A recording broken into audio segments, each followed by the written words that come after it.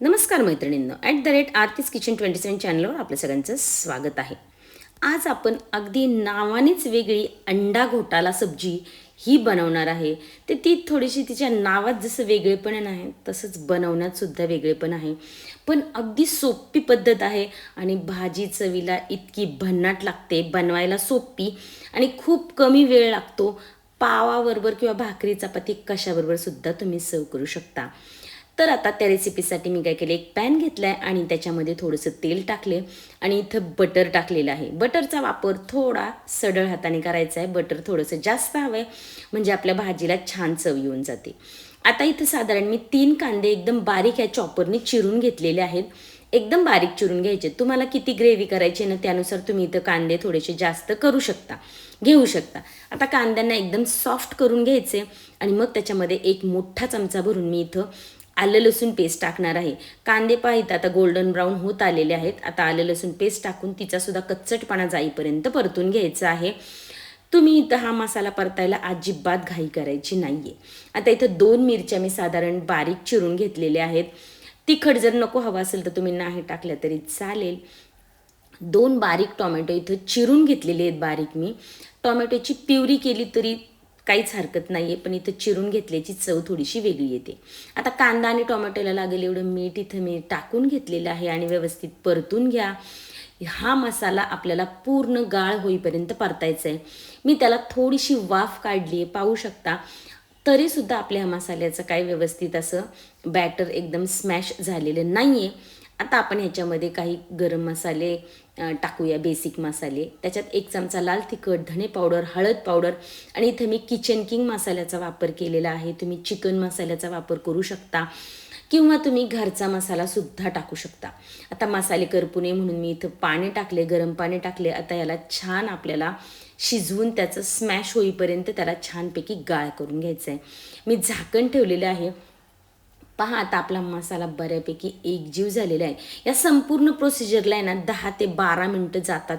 आता मी काय केलं, हे पावभाजीचं स्मॅशर असतं ना त्याने सरळ हा मसाला असा स्मॅश करून घेतलेला आहे. त्यामुळे तो लवकर असा एकदम त्याचा गाळ झालेला आहे. ठीक आहे. आता मी पुन्हा त्याच्यात थोडंसं पाणी ओतून घेते स्मॅशर धुण्यापुरतं आणि त्याला तेल सुटेपर्यंत आपण या मसाल्याला व्यवस्थित झाकण ठेवून परतून घेऊया.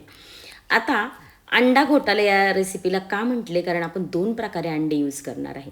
आता इथे मी 3 अंडी उकडून घेतलेले आहेत आणि सोलून त्याला असे किसून घ्यायचे. किसणीने सरळ मोठ्या जाड होलच्या किसणीने त्याला किसून घ्या. एकदम बारीक याने जर केलं ना तर एकदम त्याची पेस्ट झाल्यासारखं होऊन जाईल आणि बलकसुद्धा आपण त्याच्यामध्ये घ्यायचे म्हणजे सरळ संपूर्ण अंडा असं किसून घ्यायचं आहे. आता इथं अंड्याची क्वांटिटी मी इथं 3 घेतली, तर ही 2 ते 3 लोकांसाठी भरपूर होऊन जाते. तुम्हाला अंड्याची क्वांटिटी वाढवायची तर तुम्ही वाढवू शकता. आता पाहू शकता इथं मसाला छान परतला गेलेला आहे, मस्त स्मॅश झाला आहे, त्याला तेलसुद्धा छान सुटले. आता मी त्याच्यात थोडीशी कोथिंबीर टाकते. या फोडणीत कोथिंबीर टाकली ना जरा छान चव येऊन जाते. आता ते मिश्रण थोडंसं पसरवून घेतले आणि 2 अख्खे अंडे असे फोडून त्याच्यामध्ये घेतलेत. पहा तुम्ही 2 प्रकार आपल्या अंड्याचे ह्याच्यात झालेले आहेत. आता 2-3 मिनटं मी त्याला शिजवून घेतले असंच. आता हे जे आपलं शिजवलेलं सेट झालेलं अंडे ना त्याला खूप असं तुम्ही परतायचं नाही आहे किंवा त्याचे भाग पूर्ण सुट्टे करायचे नाही. मी त्याच्यात अजून 1 चमचा बटर पण टाकले आणि हे किसलेलं अंडा आपण टाकले. त्याचबरोबर थोडीशी कोथिंबीर टाकलेली आहे. आता हे व्यवस्थित मिक्स करा. 1 मिनिटभर आहे ना असंच त्याला मसाला लागेपर्यंत परतून घ्या, जेणेकरून मसाले त्याच्यात मस्त मिक्स होतील. पहा हे जे आहे ना अंडा घोटाला म्हणजे तुम्हाला मध्ये हे अंड्याचे बलक वगैरे जे आहे ना ते तुम्हाला लागेल आणि ते खूप भन्नाट लागतं. मी 1 मिनिटभर त्याच्यात झाकण ठेवते. आता तुम्ही असं सुद्धा खाऊ शकता किंवा त्याच्यात थोडंसं पाणी ओतणार आहे मी, ते पाणीसुद्धा ओतू शकता. आता या स्टेजला मी इथे थोडासा गरम मसालासुद्धा टाकलेला आहे आणि गरम पाणी ओतून घेतलेलं आहे. तुम्हाला पावाबरोबर जर खायचं असेल ना तुम्ही पाण्याची क्वांटिटी अजून थोडी वाढवू शकता. आता मगाशी मी कांदा टोमॅटो पुरतंच मीठ टाकलं होतं. आता अंड्यांना लागेल एवढं मीठ तुम्ही इथं टाकून घ्यायचं आहे. तुम्ही मिरी पावडरचा सुद्धा इथे किंचित वापर करू शकता. मी आता कोथिंबीर टाकली. आता 2 मिनटं वाफ देऊया.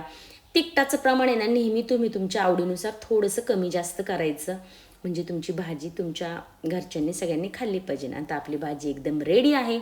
पाहू शकता एकदम सरसरीत सरभरीत अशी पावाबरोबर, चपातीबरोबर, भाकरीबरोबर, कशाबरोबर सुद्धा तुम्ही सर्व करू शकता. अगदी झटपट होते. वेळ फक्त आपल्याला मसाला परतायला लागतो, पण खरंच खूप छान भाजी लागते. आमच्या घरात तर ही भाजी प्रचंड आवडते. ही भाजी तुम्ही एकदा तरी नक्की ट्राय करून पहा. मी चपातीबरोबर सर्व केली होती आणि त्याच्याबरोबर सांबर वगैरे सुद्धा बनवलं होतं आणि पनीर टिक्कासुद्धा बनवला होता. पण फक्त पावाबरोबर सुद्धा तुम्ही ॲज अ नाश्ता म्हणून देऊ शकता. रेसिपी आवडली तर लाईक, शेअर, सबस्क्राईब नक्की करा. धन्यवाद.